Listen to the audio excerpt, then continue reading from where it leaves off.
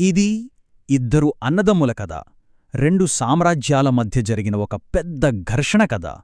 అంతకు మించి ఒక లోతైన ఆధ్యాత్మిక అన్వేషణ కథ. ఆ కథే మొఘల్ యువరాజు దారా షికోహది. ఆయన తన జీవితంలో ఛేదించాలనుకున్న ఆ అంతిమ రహస్యమేంటి? ఆ ప్రయాణాన్ని మనమిప్పుడు చూద్దాం. సంవత్సరం 1659. సింహాసనం మీద కూర్చుని ఉన్న చక్రవర్తి ఔరంగజేబు తన సైనికులను చాలా ఆతృతగా అడుగుతున్నాడు. తను బందీగా పట్టుకున్న సొంత అన్న యువరాజు దారా షికోహ్ గురించి ఒకే ఒక్క విషయం వినాలని ఆయన ఆశ. అదే అతని భయం. కాని చక్రవర్తికి చేరిన వార్తలు అతన్ని పూర్తిగా గందరగోళంలో పడేశాయి. ఎందుకంటే ఒకవైపు ఔరంగజేబ్ కోపంతో, అధికార దాహంతో రగిలిపోతున్నాడు. కాని మరోవైపు ఖైదీగా ఉన్న దారా షికోహ్ మాత్రం మాటల్లో చెప్పలేని ప్రశాంతతతో ఉన్నాడు. చావు కళ్లముందు కనిపిస్తున్నా అతనిలో భయమనేది కొంచెం కూడా లేదు. ఇది మనల్ని ఒక ముఖ్యమైన ప్రశ్న దగ్గరికి తీసుకొస్తుంది. సొంత తమ్ముడి చేతిలోనే మరణశిక్ష పడినప్పుడు ఒక మనిషి ఇంత సంపూర్ణమైన శాంతితో దాన్ని ఎలా ఎదుర్కోగలడు? ఈ రహస్యం వెనుక ఉన్న కారణమేంటో ఇప్పుడు మనం తెలుసుకుందాం. సరే, ఇప్పుడు మనం నేరుగా దారా షికోహ్ చివరి క్షణాలకు వెళ్దాం. ఆయన పక్కనే భయంతో వణికిపోతున్న తన కొడుకున్నాడు. అప్పుడు దారా తన ప్రశాంతతకు కారణమైన ఆ లోతైన జ్ఞానాన్ని కొడుకుకి వివరిస్తున్నాడు.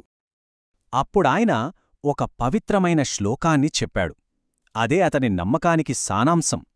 అదేంటంటే, ఈ శరీరం నశించిపోతుంది, దాన్ని నాశనం చెయ్యొచ్చు, కాని దీని లోపల ఉన్న ఆత్మ శాశ్వతమైనది. దానికి పుట్టుకలేదు, చావులేదు. ఇంత లోతైన విషయాన్ని చాలా సింపుల్గా చెప్పడానికి దారా ఒక అద్భుతమైన పోలిక వాడాడనమాట. ఎలా అయితే ఒక మనిషి పాత బట్టలు విప్పేసి కొత్తవి వేసుకుంటాడో, సరిగ్గా అలాగే ఆత్మ కూడా పాత శరీరాన్ని వదిలేసి కొత్త శరీరంలోకి వెళ్తుంది. అంతే.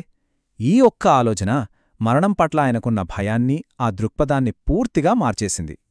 అంటే దారా దృష్టిలో మరణమనేది అంతం కాదు, అది తన మూలమైన అనంతమైన చైతన్యంతో మళ్లీ కరవటం. ఆయనకు జీవితం ఒక నీటి చుక్కలాంటిది. చివరికది మళ్లీ సముద్రంలో కలిసిపోతుంది. అయితే మరణాన్ని కూడా జయించేంతటి ఈ జ్ఞానం దారాకు ఎలా వచ్చింది? దీని మూలాలెక్కడున్నాయంటే, అతని గురువు సూఫీ సన్యాసి అయిన మియాన్ మీర్ మార్గదర్శకత్వంలో మొదలైన ఆయన ఆధ్యాత్మిక ప్రయాణంలో ఉన్నాయి.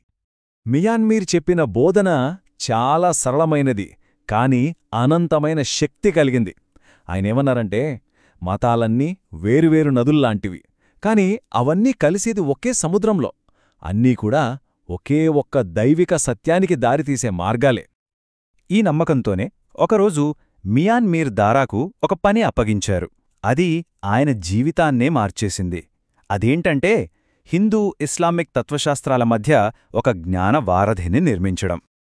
ఈ పనిలో ఇంకా లోతుగా వెళ్లడానికి దారా పవిత్ర నగరమైన కాశీకి ప్రయాణించాడు. అక్కడ బాబా లాల్దాస్ అనే ఒక గొప్ప జ్ఞాని దగ్గర మరింత అవగాహన పొందాలని అనుకున్నాడు. వాళ్ళిద్దరి మధ్య సంభాషణ ఒక చాలా ప్రాథమికమైన ప్రశ్నతో మొదలైంది. వేల సంవత్సరాల నాటి జ్ఞానాన్ని అర్థం చేసుకోవాలంటే మూలం నుంచే మొదలుపెట్టాలి కదా. అందుకే దారా బాబా లాల్దాస్నడిగాడు. దానికి బాబా లాల్దాస్ చాలా స్పష్టమైన నిర్వచనమిచ్చారు. వేదమంటే కేవలం పుస్తకాల్లోని సమాచారం కాదు, అది సత్యాన్ని తెలుసుకోవటం, అర్థం చేసుకోవటం, ఇంకా సాధించడం అనే ఒక దైవిక శాస్త్రం. సరే, ఆ జ్ఞానం దైవికమైనది అయితే మరి దాన్ని ఎవరు రాశారు? ఇది దారా అడిగిన తర్వాతి ప్రశ్న. ఈ పవిత్ర గ్రంథాల వెనుక ఎవరున్నారో తెలుసుకోవాలనే ఆసక్తి ఆయన్లో కలిగింది. దీనికొచ్చిన సమాధానం నిజంగా ఆశ్చర్యపరిచింది.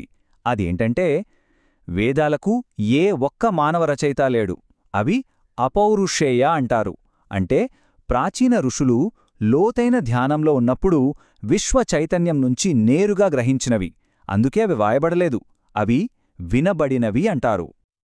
ఈ దైవిక జ్ఞానం తరతరాలుగా నోటి మాట ద్వారా, అంటే శృతిగా, అంటే వినబడినదిగా ఒకరినుంచి ఒకరికి అందింది.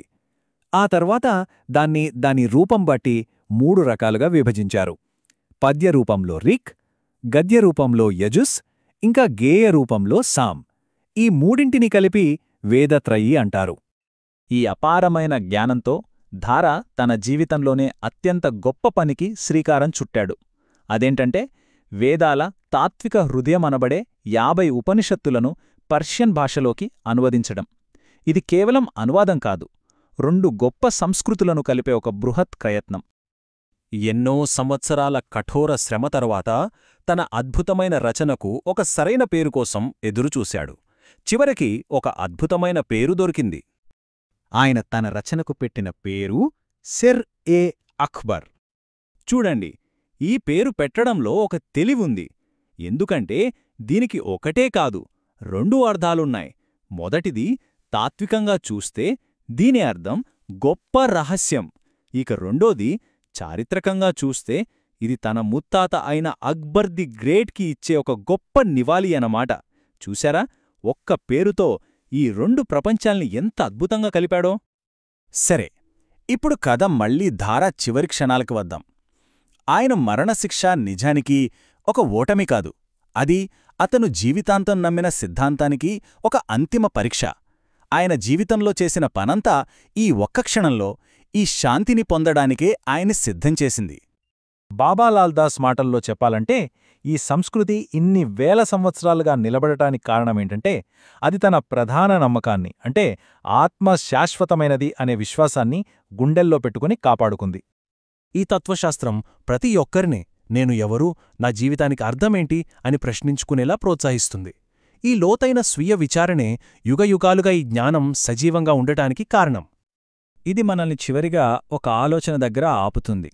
దారాషికో శరీరాన్ని చంపగలిగారు, కాని ఒక ఆలోచనను నిజంగా ఎప్పుడైనా ఉరితీయగలమా? ఆయన ప్రపంచంతో పంచుకోవాలని కలలు కన్న ఆ గొప్ప రహస్యం అమరమైనది కాదా?